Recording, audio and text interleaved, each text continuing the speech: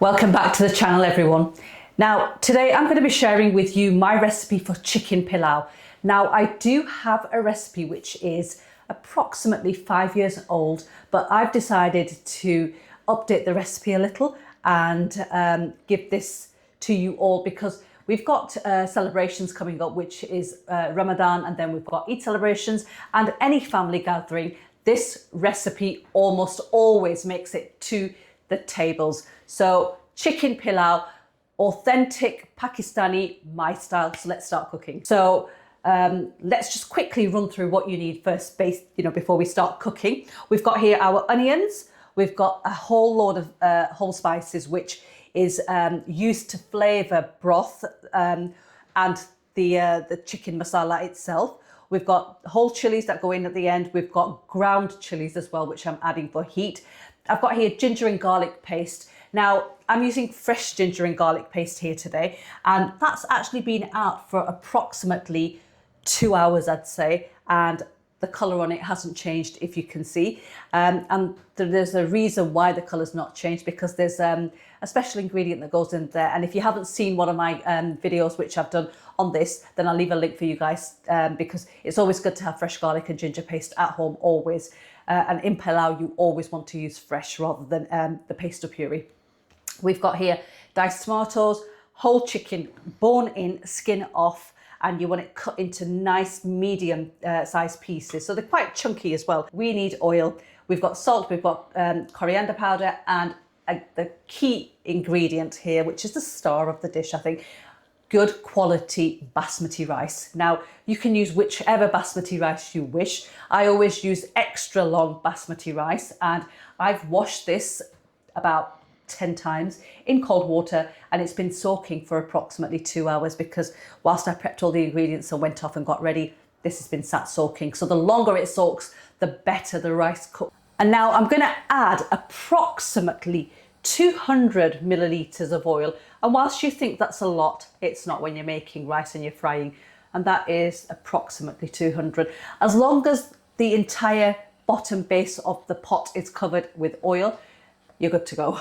So just let that heat up. So the oil is nice and hot now. I've just dropped in one little cumin seed to check, and it started sizzling away. So now we're going to add this in. You see that?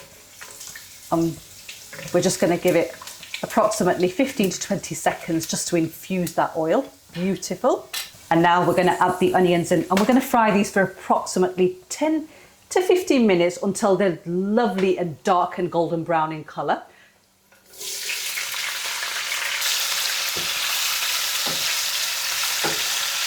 Forgot to mention, we're going to fry the onions without the lid on a medium heat setting. So I'll see you guys back and show you when they're ready. Right, so the onions have been frying away for approximately 15 minutes. And if you just want to give everybody a closer look there, this is not the colour that you're looking for, but when the onions reach this stage, I really want you to look after them. So keep stirring them and ensure that they don't end up burning, because the colour is very important in a pilau, because the colour of the onions will transfer onto the meat and the rice. So it's important to get this stage right. And I know a lot of you are going to come at me with vengeance and say, oh, they're burnt, but they're not. They're caramelised and they're lovely and dark brown in colour.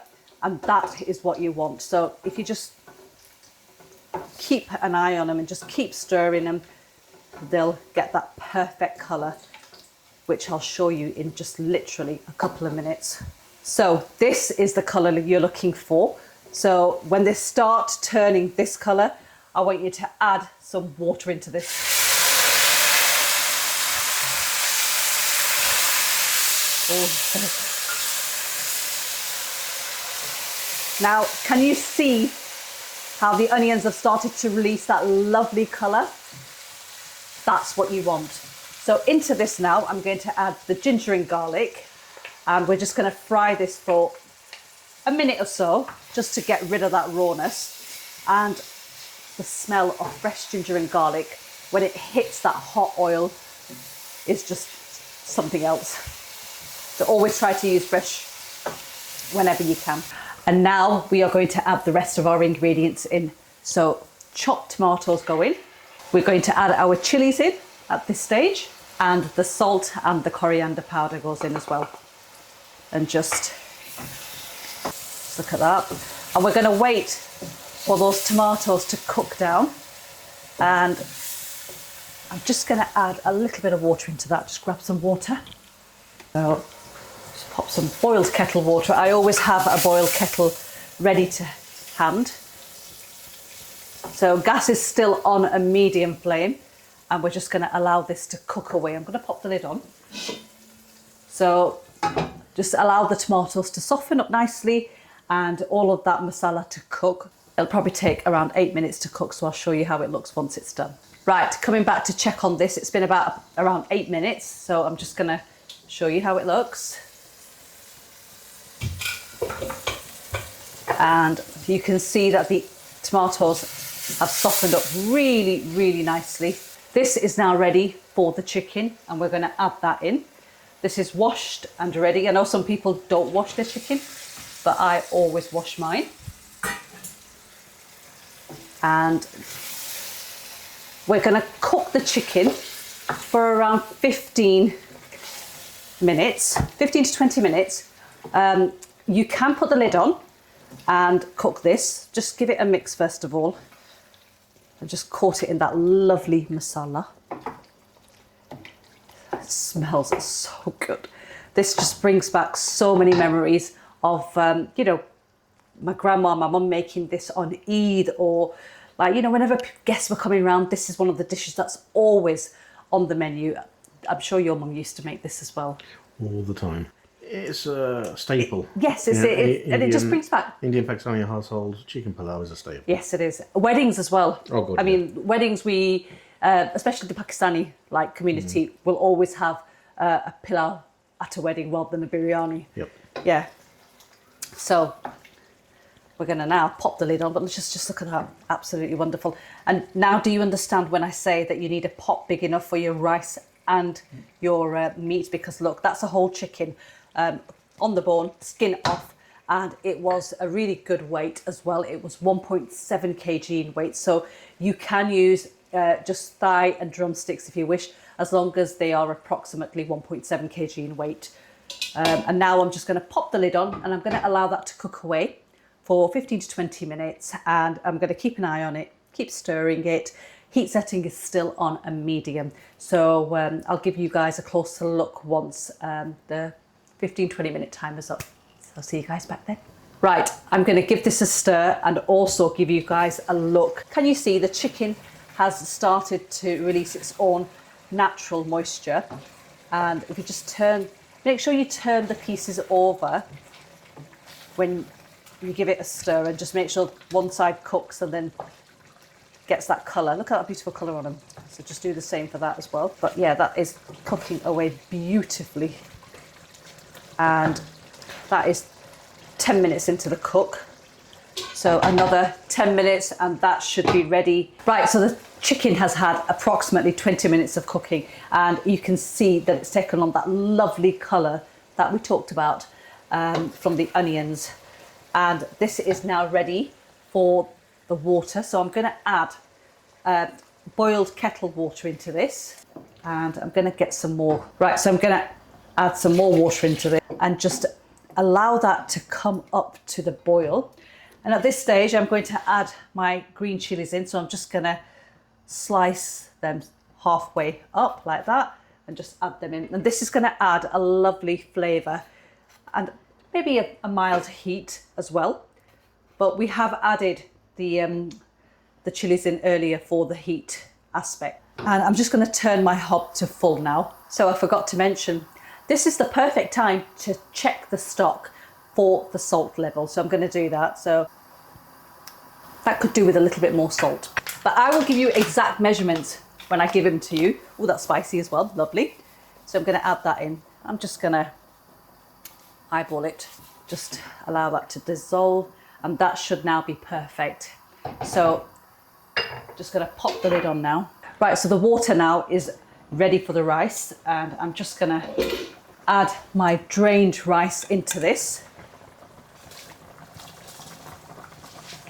And we gently want to just push that into that stock because you don't want to break the grains of rice. Right, so once you've got the rice in there, pop the lid on, and we're going to turn our hob setting to full now, full power, and we're going to allow the water in there to evaporate.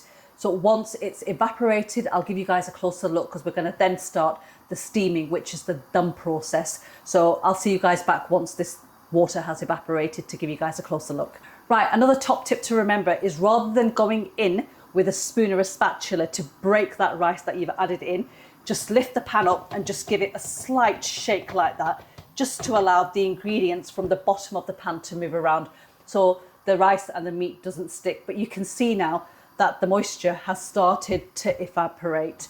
And I'm just going to lift the lid now to show you. And now what I'm going to do, when it's like this, and you've got a little bit of moisture in there and you've got the bubbles, you want to pop your lid on. And now I'm going to reduce my heat down to the lowest heat that I've got on my hob setting possible. So really, really low. And I'm gonna let this steam away now for around 10 to 15 minutes. So all of the moisture in there is no more. You've just got soft, fluffy rice. And once this is ready, I'll give you a closer look. So don't lift the lid up. You don't need to do anything. Just allow it to cook away and I'll show you guys how it looks once it's done.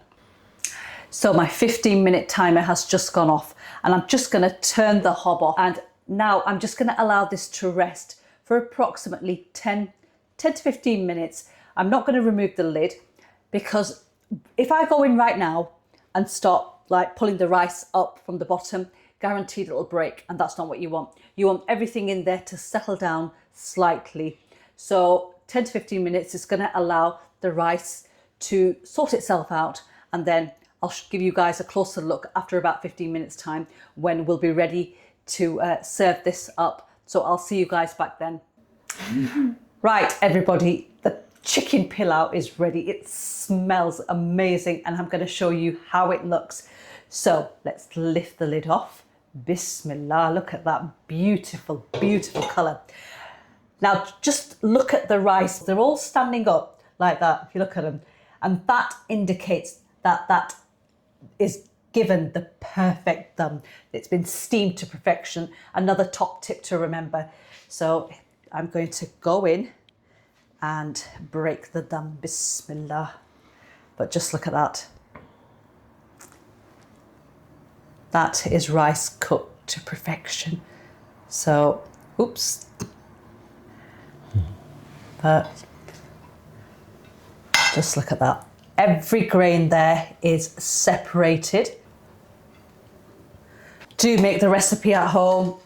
Oh, share it with your family and friends. That is perfection on a plate. That is delicious. I hope you've enjoyed watching the video. You now can make the perfect pilau rice at home. Please share this video with your family and friends and let me know in the comments below how you find it once you make it. Thank you for watching.